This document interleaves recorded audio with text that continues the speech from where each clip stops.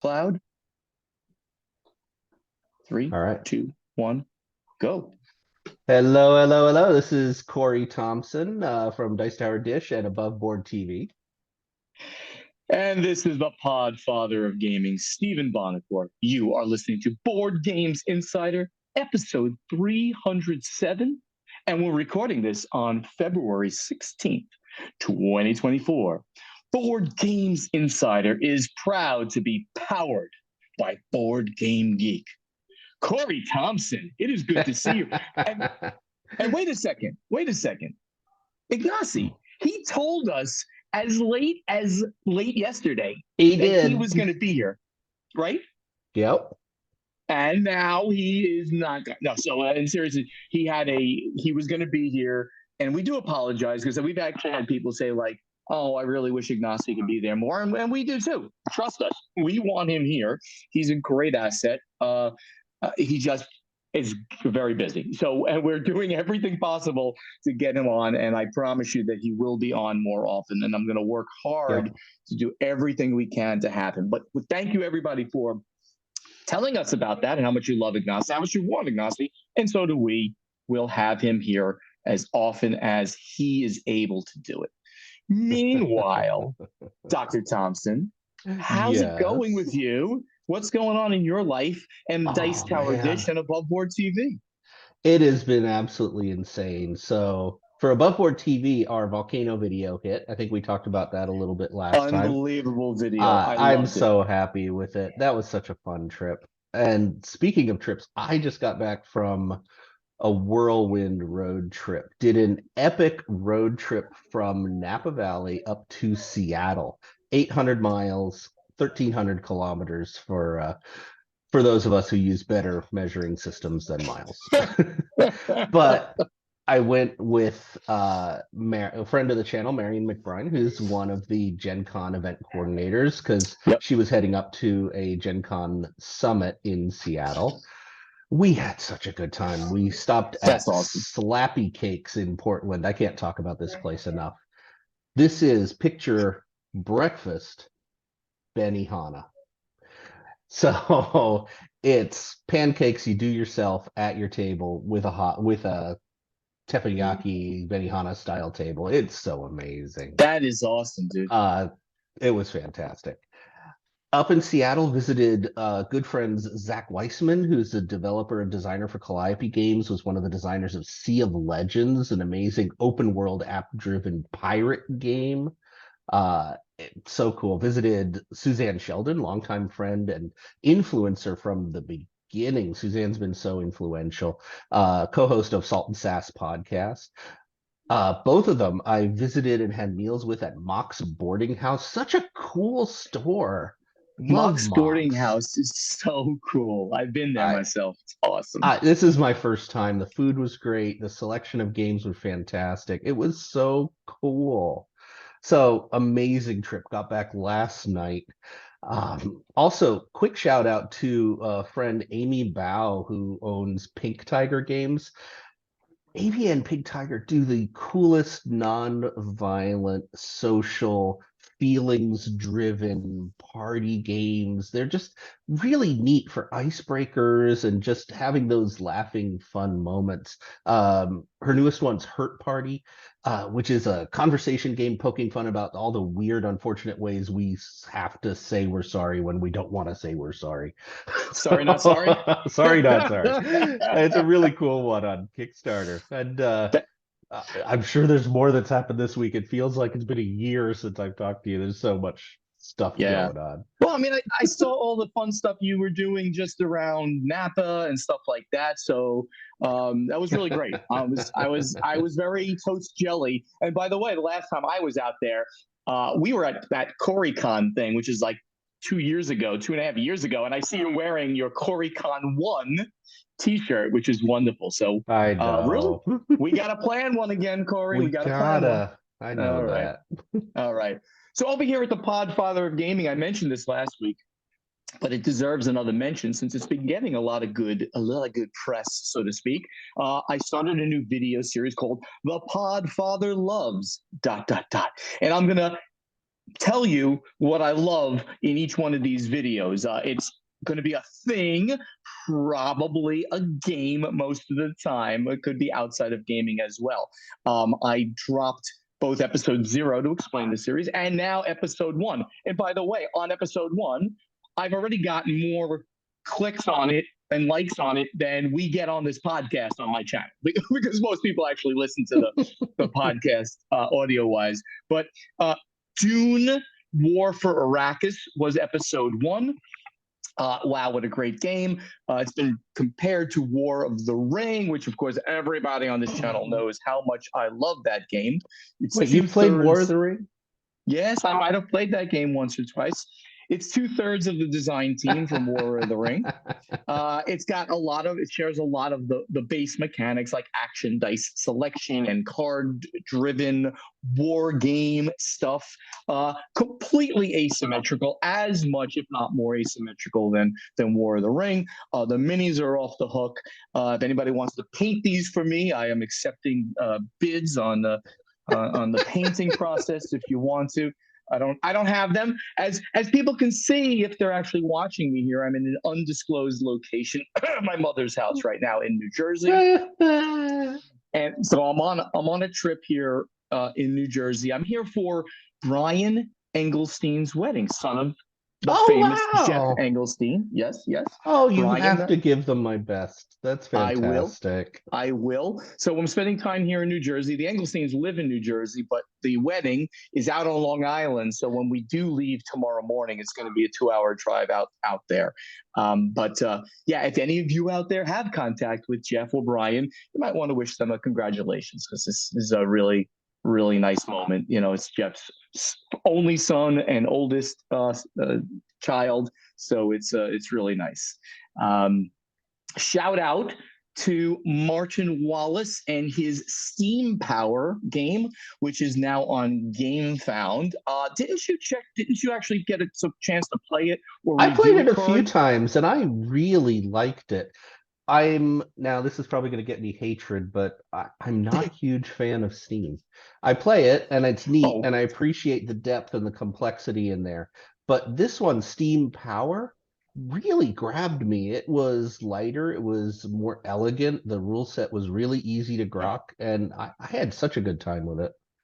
I'm completely on board with you with Steam, the original Steam. I played that game once or twice tops. Steam is a death spiral. Literally, it just adds frustration as you go through the game. It's painful. It's like, but it started a series, and if you don't want that heavy depth of trying to figure out how to manage your bankruptcy, essentially, because you're going bankrupt in that game. It really is. Yeah, it really is about managing bankruptcy. Yeah. You're right. Yeah.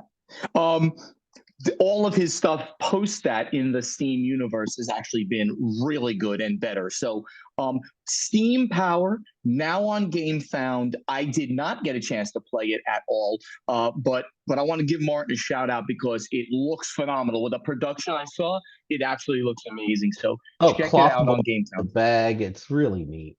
Yeah, awesome. Awesome. And I might give a shout out to this other company here. It's called Play2Z. You might have heard of them, Corey. Have you heard of Play2Z? Heard of them, yes. So by the time this drops, we'll be only a few days away, about call it 6 days away from the start of the crowdfunding campaign on Kickstarter for Ascending Empires Zenith Edition. Both Corey and I are investors. I'm the chairman of the board for the company. Zev Schlesinger, the legend, is running the company. So all I'm asking you guys, I'm not saying, hey, please go back it. You do that if you think it's a good game. All we're asking is each listener back 20 to 30 copies. That's all we ask. Just go and sign up go to Kickstarter, type in Play2Z in the search or Ascending Empires, and sign up to be notified. And then you'll see all the content, right? You'll see the videos, you'll see it. I think this is a game that a lot of people will like. It's 4X in an hour. Now, we've heard about that kind of game recently. Last Light. Obviously, this is nothing like Last Light. That was a very unique game. And so is this one as well. You've got tech trees, you've got exploration. You've got exterminating your opponents and things like that, with a little bit of a flicking mechanic for the traveling portion of the game, which you can or cannot use. There's ways around that if you'd like to do that as well. So Cool. check out Ascending Empires on Kickstarter. The Kickstarter actually starts on February 27th, but sign up to be notified if you get a chance, please. Now, And let I us know what you do think. I have a beef with you, Stephen. Of course you do. I What do. is that? Well, there's many things that bother me, but this ... is called an ellipsis. I want did you I to not know that? say, I want you to say, Podfather loves ellipsis. No, but that doesn't sound good. The Podfather loves ellipsis. That doesn't sound right. It sounds Do I love? great. Do I love the ellipsis? No, I love what comes after the ellipsis.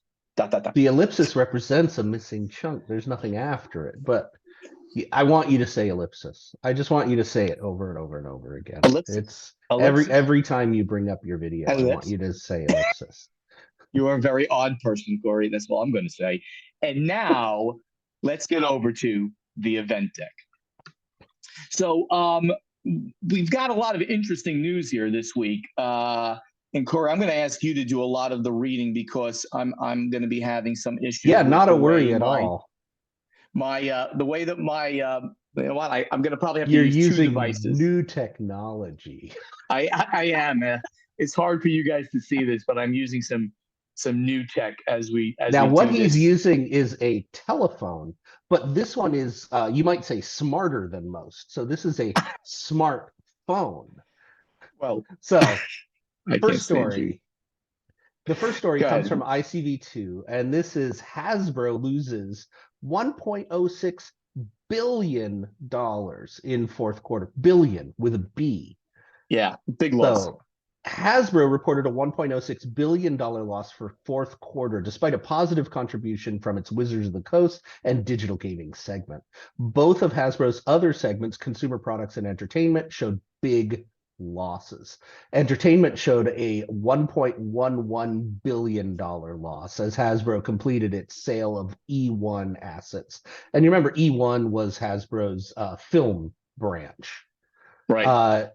They took a loss writing down entertainment it kept. Consumer products, including toys and non-Hasbro games, pardon me, lost $126 million. Wizards of the Coast and digital gaming showed a $103 million profit for the quarter, which was down about $1 million from fourth quarter 22.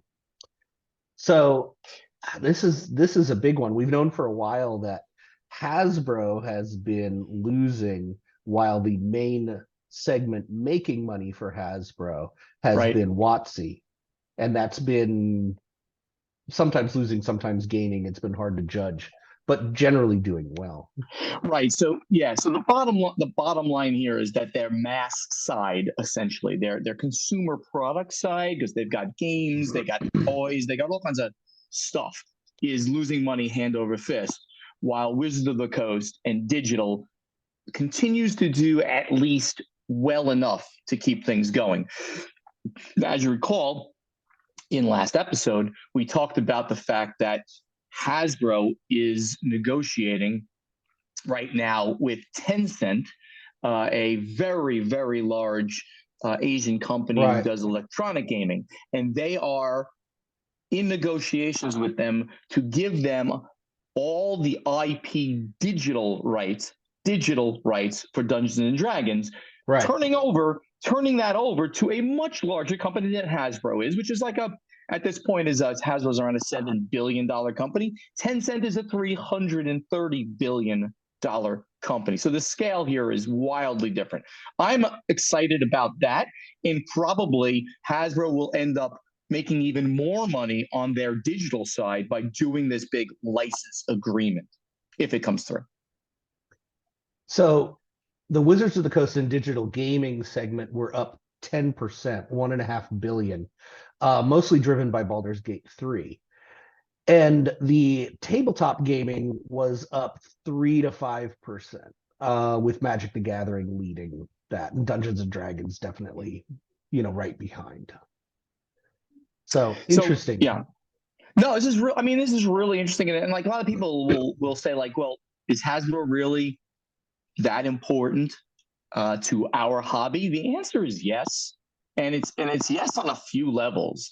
Um, we had a listener once say to, they were kind of addressing me and my financial background, that like, if there was a Jones Industrial Average for for the industry, who would you put there? If there was Yeah. a S&P 500, who would you put there? And so as the large companies go, very often so do the small companies. So the fact that Hasbro is in this weird state will give indication of how other companies will go. But certainly their hobby side is not faring horribly. It's just in that middle ground. Their consumer side, terrible.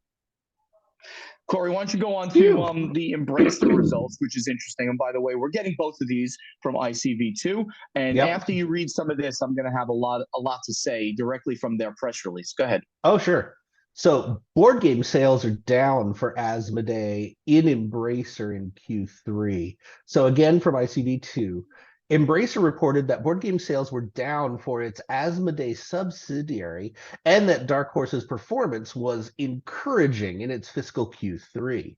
Asmodee sales across all categories and territories were up 1% in constant currency, with TCG sales. The company distributes Pokemon TCG in a number of non-US markets as the prime driver. Board game sales were slightly negative worldwide, with US sales lagging those in Europe. So the other interesting side here is sales in the entertainment and service segments, which includes the US comic publisher Dark Horse Comics, were Right. down 2% organically and up 5% pro forma in constant currency. Little comments about Middle Earth Enterprises, which is outperforming, and it's driven by sales of the Magic the Gathering, Lord of the Rings products, and some new video games that had come out. So this is a very interesting report that came out of ICV2. And I'm going to challenge it a little bit. And these guys are very good at their reporting. However, I went directly to the press release from Embracer Group. And I'm going to go and talk about their press release, which, Corey, you don't have in front of you. And I apologize for not giving you a link to this to take a look at. Sure.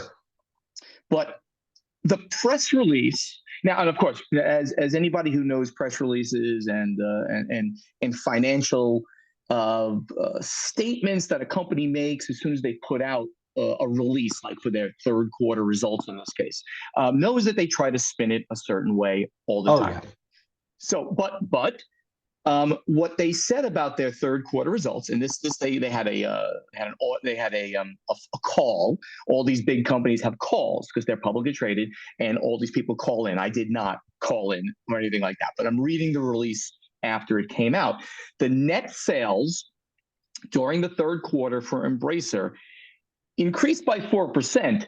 However, it was a negative 4% organic growth. And what does that mean? Organic growth would be stuff that happens organically, which means stuff that happens. Thank you. Stuff that happens without them doing odd stuff that won't happen in the future, like an acquisition, a sale of something bizarre. So organic growth was actually down by 4% over in that third quarter.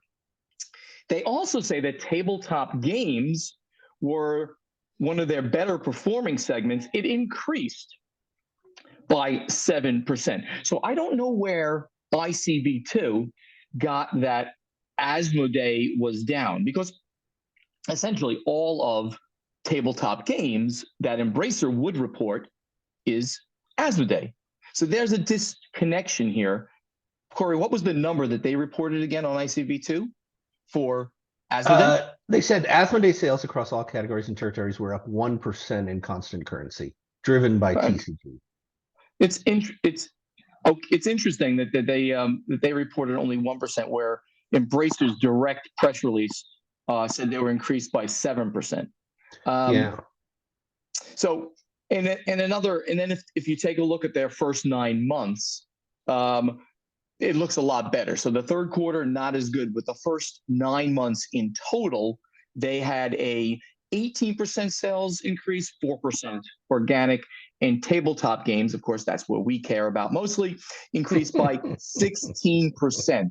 So this report, while not good for the overall health of Embracer, which we know has been going through big layoffs, is not as bad really as the ICV2 numbers would tend to indicate that it is.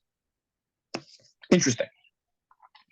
Corey, Plaid Hat Games. Interesting news here. This one I really found interesting. Plaid Hat Games has announced their first crowdfunding project, which I think is a big deal. More and more game publishers who have gone traditional route forever and ever and really avoided crowdfunding are now jumping on the bandwagon. This is from ICV2. Plaid Hat Games unveils Wandering Galaxy, a Crossroads game. So I'm psyched. Their Crossroad games have been super popular. I really enjoy this series of games. So Forgotten Waters had amazing production value, was such a great story-driven game. Freelancers, the newest, has done really well. And it goes all the way back to Dead of Winter, which was one of the first Crossroad games there. So Right. the news is Plaid Hat Games unveiled Wandering Galaxy, a Crossroads game designed by Jerry Hawthorne, who's Mice and Mystics, which will hit Kickstarter soon. The Crossroads games are these interesting story-driven narrative games where one player's turn can affect the next player's turn, and people are involved in each other's stories. Actions that one player does can trigger an event that happens to somebody else. So it's just very interesting to me that Plaid Hat is now in the crowdfunding arena, and they're a big player. Their games do very well. They have a very driven audience. So I'm really excited about this. I'm excited for the company. I'm a big fan of their Crossroads games. I got to play Freelancers and bought a copy of Freelancers in Essen this year, and I thought it was fantastic. It's right up your alley. Yeah, it's really ultra story driven. Anthropomorphic animals are kind of cute to me. I like that kind of thing, and that's what you're playing in the game. And you're playing the standard fantasy tropes of the classes of the characters, but you combine things to make. I forgot exactly, but you might be a jovial mouseketeer or something like that. I forgot the exact stuff, but really interesting, fun stuff. I have not explored the system, but I was really happy to pick this up. So I'm hoping that I can bring this to the table. Wandering Galaxy looks like the same story-driven. Players join a ragtag starship crew that are heading to the edge of charted space looking for fame and fortune. You're tasked with commanding a rust bucket of a ship, has a high interest rate loan payment hanging over it, and jump from planet to planet completing jobs. So Awesome. I love it, and they have such good writers, and this is going to be great, especially with Jerry Hawthorne at the helm. That's really cool, Corey. I'm gonna take the next one, and if you can look at this is coming from ICV2 and Polygon. I'm gonna read you the. It's ICV2 been all section. Over the news because this is big. Yeah, and if you could like check out the Polygon side, but I'll start with the ICV2 side. Dungeons and Dragons 2024-2025 details and dates. This is the 50th anniversary year for Dungeons and Dragons, and a new edition is going to be released. Essentially, Wizards of the Coast has revealed details and dates for its Dungeons and Dragons releases in 2024, the game's 50th anniversary year, and early 2025. The reveals build on the announcements made at PAX Unplugged in December, but provide dates and new details for the new core books and other releases planned for the celebration of the anniversary. Vecna, Eve of Ruin will street on May 21st, 2024. It's only a couple of months away, really. And that's a minor one. That's a campaign, yeah. The campaign takes heroes from the Forgotten Realms to Planescape, Spelljammer, Eberron, Ravenloft, Dragonlance, and Greyhawk. It will ship with 2 covers, of course, because you need to have both because people are completists, and that's a great way to make money. All the cool kids have both. Yes, of course. The making of original Dungeons and Dragons, 1970, 1977. A game historian, John Peterson, will be released. So he's going to give an entire history of Dungeons and Dragons. The player's handbook for this Yes. new release is September 17th, 2024. No word on whether early copies will be debuted at Gen Con. Corey, what additional details were So reported what's by really Polygon? what's really cool about this, so obviously everybody's going off of one press release that came out of WotC. The big thing is that we've known for a while that there's a new edition of D&D coming out. What's really kind of interesting is this is not D&D 6th edition, and it's not even what WotC was talking about, the one D&D, which was going to be their new system, and then it got into the whole mire of the open gaming license, the OGL. But this is Right. still being called 5th edition. So this is the 2024 edition of 5th edition D&D. The biggest thing in this are the core books. So we've got Player's Handbook releasing, like you said, in September 24, the Dungeon Master's Guide releasing November 12th, 2024, and the Monster Manual, which has been hyped up a lot as being an absolutely enormous monster manual, which is coming out February 2025. So we've got quite a while. We've got like a year before this. But these new books with new upgraded rules are coming and have a hard date. There's also so according to Wizards, all three will have a 2-week digital and pre-release window for those who pre-order it through D&D Beyond. So you potentially could start playing with the revised rules for characters, combat, and adventuring by September 24. That's really cool. And but they haven't really given the details of what the differences are going to be at all, right? We don't really know. Well, one of the What big the things that is coming are the Bastion rules. This is something that's been talked about for a while, and it's a rule set on how to form basically your own kingdom, rules around having your castle, your palace, your stronghold, and running a town. So these large scale, almost getting into miniatures territory rules. That's very interesting. So, and even though the Polygon article, at least the title, talks about one D&D, you're saying that this is not actually the new one D&D? It's unclear. Originally, this new rule set was teased, and everybody thought it was going to be 6th edition, and we're talking like a year back. Then this title, One D&D, came up around this new edition, but the new announcements are not really using the One D&D title. They're still talking about being 5th edition. And this is just what they're going to call it. And I think basically, I think the whole team over at WotC is scrambling after the debacle over the OGL. I bet you things change so dynamically that they're not sure at this point. Yeah, I'm going to bet, and I believe this is sort of the way they talked about it, that they're not going to be creating a 6th edition, so to speak. What they're going to strive to do is have an evolving edition. So we're currently in 5th edition. This next thing is called one D&D, and they're going to constantly morph, change, adapt this rule system, current, into other things, which of course will get people to buy new books because they want, well, we want this tweaked idea of a paladin or this tweaked idea of the Forgotten Realm. So I can see this being a better way of evolving than simply saying, 5th is out. Now you got to have this all new stuff. Well, really anytime you have a new every time you have a new numbered edition, you get a little chunk of people who are mad because they love their old edition and they rebel against the new one. So they're kind of wrapping everything up into one title and trying to keep everybody involved. And when they originally talked about the one D&D concept, it also came with this idea of a subscription model.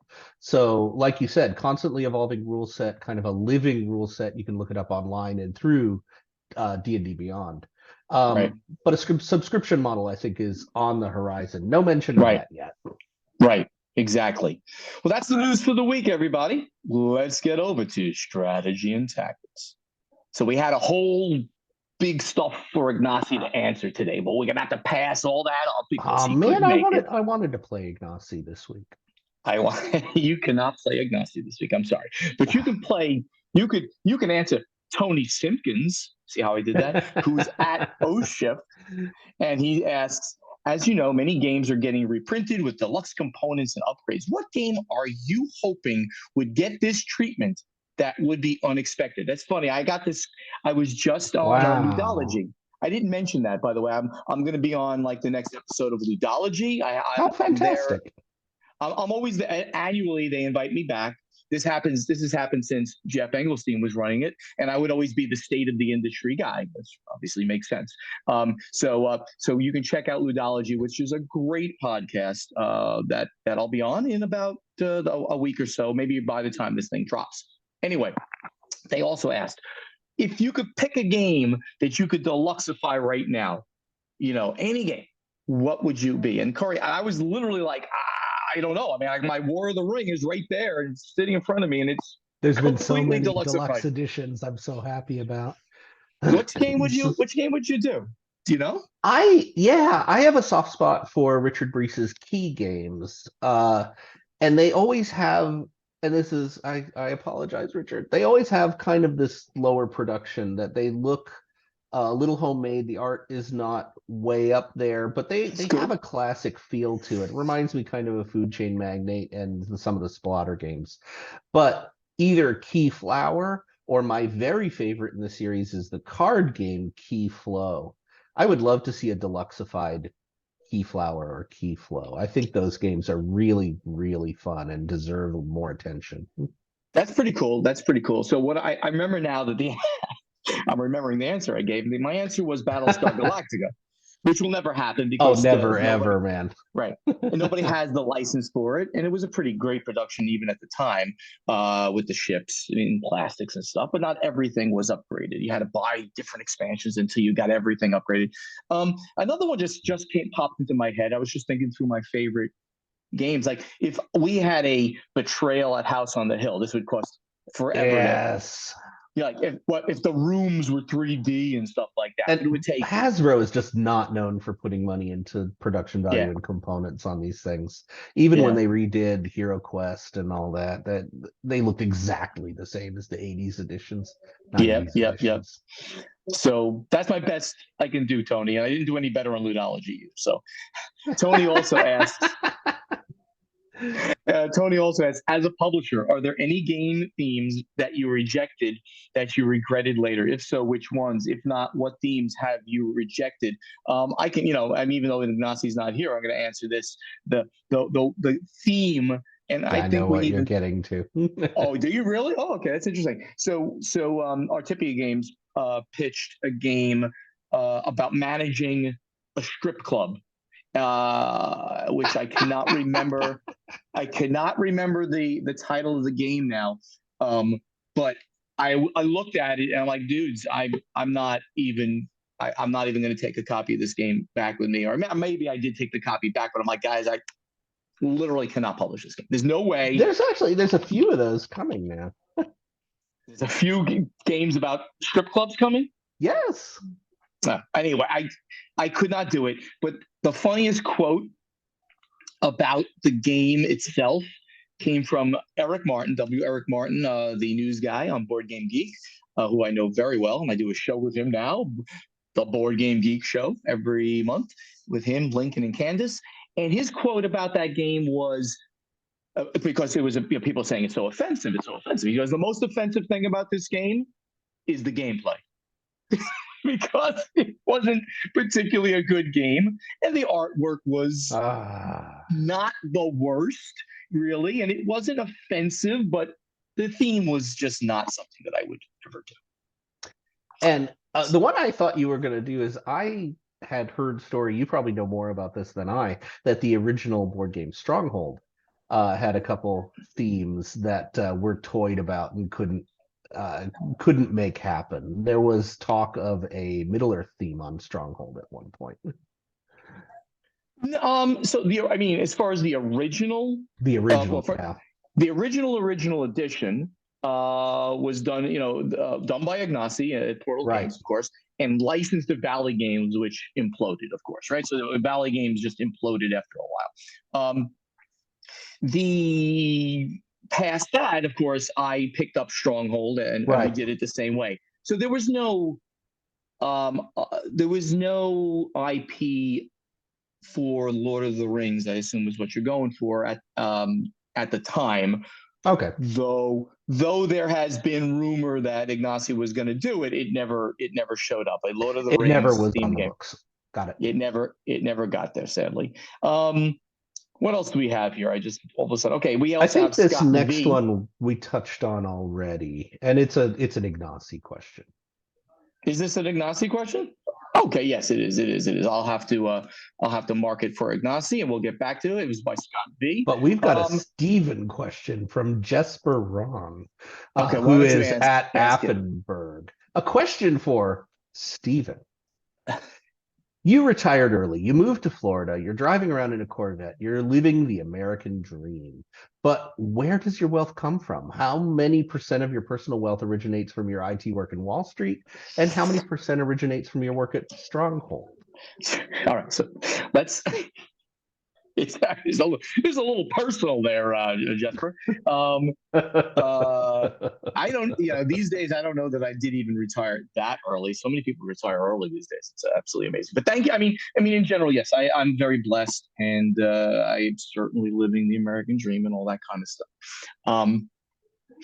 If I had to give you like percentages of like, where all the money that I made was, it's give or take 50-50, I guess you could say, between what I did. And I was not a senior guy in IT on Wall Street. I was a mid-level manager, doing well.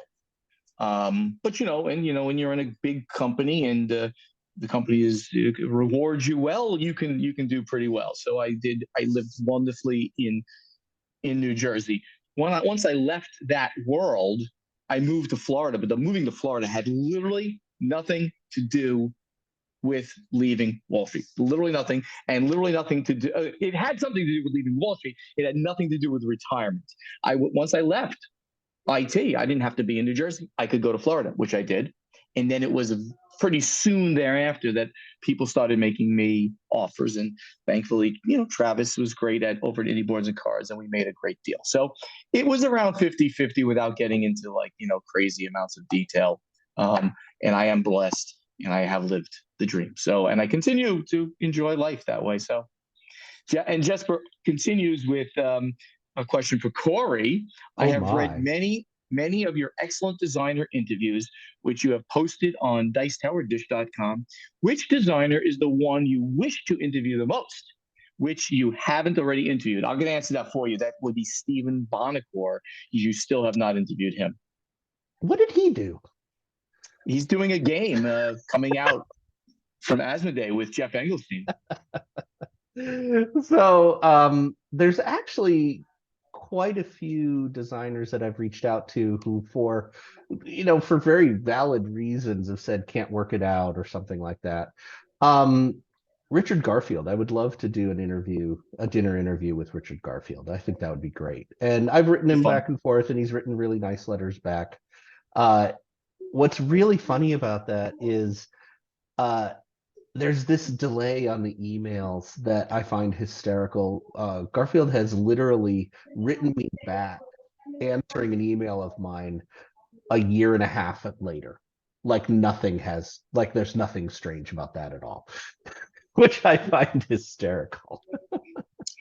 That's great. That is great. Jesper, then we're going to take one more question, then we'll move on. We're definitely running long.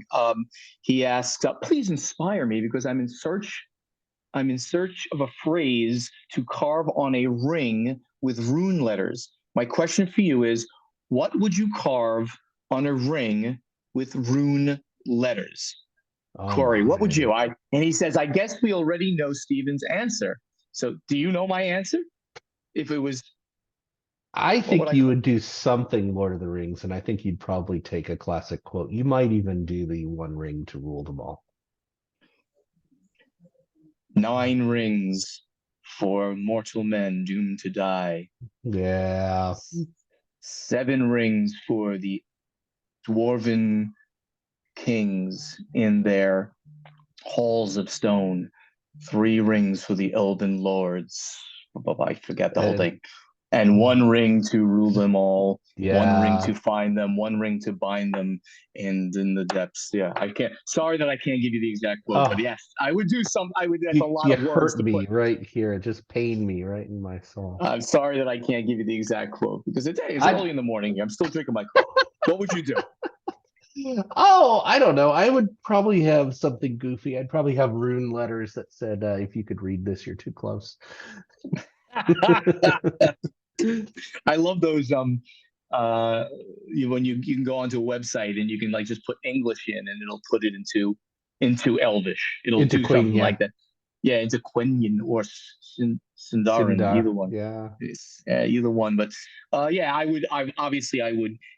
I would put 1 ring to rule them all, 1 ring to find them, 1 ring to bring them all, and in the darkness bind them. At least that portion of it, because that's smaller than the entire poem. Actually, I think I So, might actually do little song, little dance, little seltzer down the pants.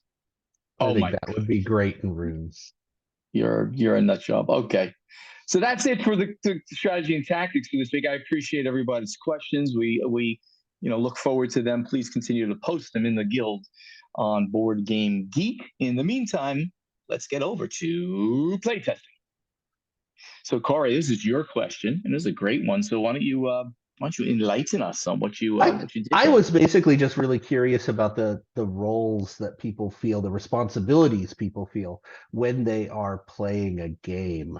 So the question was, when you play games, when you know the people at the table with you, are you the helpful mediator, the quiet, sneaky player, the total aggressor, or something else? So I thought we got a really amazing uh, and varied just group of roles here, which I Yeah. thought were really cool. I was just sitting giggling at each of the answers. So So so Rob McClune, if I may, he says I'm the slow contemplating person, but I'm also the same person that starts thinking 4 turns ahead and completely forgets the first turn of how I was going to set that 4 turns ahead into action. I take my turn, swear under my breath as I completely messed up a well laid plan. That's a great one. What did you find something you like? yeah, Sean Flurry, who's a good Good friend. friend of the channel. And by the way, Sean was the behind the scenes writer on the Dice Tower Now podcast for a year. Um, Sean writes, my role at the table varies depending on if I'm teaching the game or if I'm just a player. If I'm teaching a game, I'll take the role of helpful mediator, making sure that everyone has a good time. And if I'm a player, I will destroy you. No quarter is given. That's great. Alexander Sakhanov, he's a great guy. Hope he's doing well under some difficult circumstances out in Russia. I consider myself an icebreaker, an announcer, and a narrator. I like to bring out the emotion, which is why I always comment on a great play, and most of the times I play a role of the villain. That's exactly like me. I'm I usually the love bad guy in being the games. narrator. I tend to narrate the games and try to help everybody and maybe over discuss what's going on. Yeah, Uh, Eric Lagnaback wrote, it of course varies, but if one thing has a bit more room, I guess the quiet aggressor. I love ending games before people expect it in games that have a variable ending. Uh, in co-op games, I'm the hey, do what you feel like. It doesn't matter if we win or not guy. Be it an RPG or board game, I'm strongly opposed to let me play for you so you don't have to. So I feel the same way about all that stuff. Evan Halbert gives a quick answer. I think I vacillate between quiet, sneaky one and aggressor, depending on the group and the game. What, of course, right? I mean, if you're playing in a cooperative game, hopefully you're not going to be aggressive, but so it will obviously depend on the game and the group. But that's a And good one. bonus You know, he points for using vacillate. I just vacillate. I love any answer that uses the word vacillate. Not to be confused with Tom Vasily, but okay, that's pretty good. Very good. Anything else you got, or you have a new question? What do you got? Anything else? Just one more. Kurt von Hoyfeld. Definitely depends on the situation. If other players haven't played the game yet, I am more like a guide through the rules and probably also possibly tactics and strategies. Because this is the way I think. It's if I'm teaching a game or I've played it before and no one else has, I will be a narrator and a guide and I will help. So just love all these answers. Excellent. Corey, you had a question for everybody for this coming week, and I appreciate you doing future questions. It always helps us out. Why don't you ask us this question? So I think we've touched on this years past, but I'm the new guy. I can pretend I don't know any of the previous questions. So how many conventions or major game events do you attend each year? Which ones do you usually attend? If no conventions, why not? Obviously, this is we normally answer the question before we post it to everybody, and for you and me, it's like, well, we do them We all, have right? weird answers. Yeah. So, Well, you're closer to all than me, I suspect. Yeah. I mean, well, right. Obviously, we don't, because Vinny Salzillo, who runs Envoy, a great organization for anybody out there who wants to get involved in demoing games. You contact Envoy, and they will hook you up with companies and stuff. Just a quick shout out to them. But they make a list of the conventions they're involved with, and literally there's more than one per week across the United States. It's amazing how much you can attend. So I'm really interested more in the if people don't attend, why don't they attend? And I'm sure there's obviously some very good reasons. Money, right? I mean, I just can't. Sure. I don't get the time off. I don't have the money to travel. There's nothing local to me. But we also want to know about anything like local, because sometimes like people have these great meetup groups that are local, and that would be something that we'd like to hear that people are doing as well. For me this year, I've added on Kubla Khan. I was invited out. Yeah, that's my local. That's right. I was invited out to be their guest of honor. I actually begged them for years to do that, so they finally invited. I've been teasing Aldo Giozzi, who runs. He's one of the owners there. About it. He So bought he invited me it this a year. couple of years ago. Yep, yeah. So I'll be out there, and Corey and I'll be hanging out, and we're gonna do. It's kind of a good time to mention it. We're going to do a live Board Games Insider there as one of the things that we're going to do there. So Corey, can't wait for that. Yes, I promised them. So that was in my contract, so I got to bring you there to make sure you do it. Oh man. Yeah. And by the way, I guess as an aside, we hopefully will be able to spend a couple of extra days maybe at the Napa House. We're just hanging out. That would be amazing. Like that. We got to do that. We got to make it happen. It would be really good if we could do it, because flying all the way out there, I might as well spend a couple of extra days just hanging with you. Sure. I think that would be great. So I added that one this year. Is there anything this year that you're doing that you normally don't do? We do the majors, we do the Origins, we do the Gen Con, the BGG cons, the Kubla cons in your case. Anything else new for you this year coming? Well, with Above Board, we are talking about doing UK Games Expo, which I have never done before, and I'm really excited about. And we're going to love that one. We're also talking about going to one of the major conventions down in Brazil. So wow. I do think that Brazil is one of the largest up and coming gaming markets right now, and I'm really excited about taking that trip. I haven't been before. Again, I'm just going to point out that you, Corey Thompson, being a man who lives at a certain status in your life, international man of mystery. You are, and you could use someone to carry your bags, take notes for you, and I've seen your note taking. No, that's no good, man. I work very cheaply. In fact, I pay my own way. So if you needed someone to be there for you, I would volunteer to come down. You would be there for me. I would be there for you, Corey, because I would like to go to that convention, and I'm not going alone. Anyway, that's great. So we asked everybody out there in our audience, how many conventions or major game events do you attend each year? And you can make major anything you want. Which ones do you usually attend? And if you don't, well, why not? Oh, I forgot to mention Tantrum Con. I just went to that, and it was an Yes. amazing convention. I So was right really now, surprised with how many industry people, friends, I really felt left out. That really seemed like such a fantastic time. it was, and I'd highly recommend it to those. It was a lot of industry people showed up. It was amazing.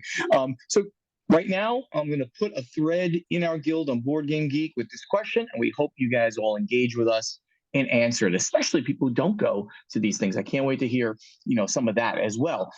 Let's get over to the final scoring. My voice gets deeper and deeper as I do these things. I think that's great.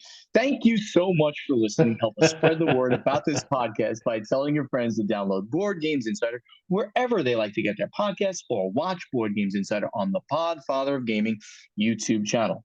If you want to be part of this podcast, you can ask us questions for strategy and tactics, or answer our question to you from playtesting by going to the guild on Board Game Geek, looking for the correct threads, and posting your answer to these questions. Check out our websites, portalgamesus.com, podfathergaming.com, dicetowerdish.com, play2zgames.com, and we're all over social media. As you can hear, my mother's phone is now ringing because this is what I need to have happen on my podcast. Hey, Mom, go answer the darn phone, will you? Thank you. Oh, Do you believe this? Do you believe this? She I can't believe answer the it. phone. So Look at this. Nobody. you Paula's sitting there with her, and she can't answer the darn phone. This is just great. I mean, this is what I need. Thankfully, it happened right at the end of the day. Anyway, we are all over social media, so interact with us, please. On Facebook, please like our pages, which are Board Games Insider, Portal Games US, Podfather Gaming, and Play to Z Games. and You can speak directly to Ignacy, Corey, and Steven on Twitter, X, Instagram, at Portal Games US, at podfathergaming.com, at dicetowerdish.com, and the YouTube channels Portal Games Studio, the Podfather Gaming, and Above Board TV. TikTok, Ignacy's alone.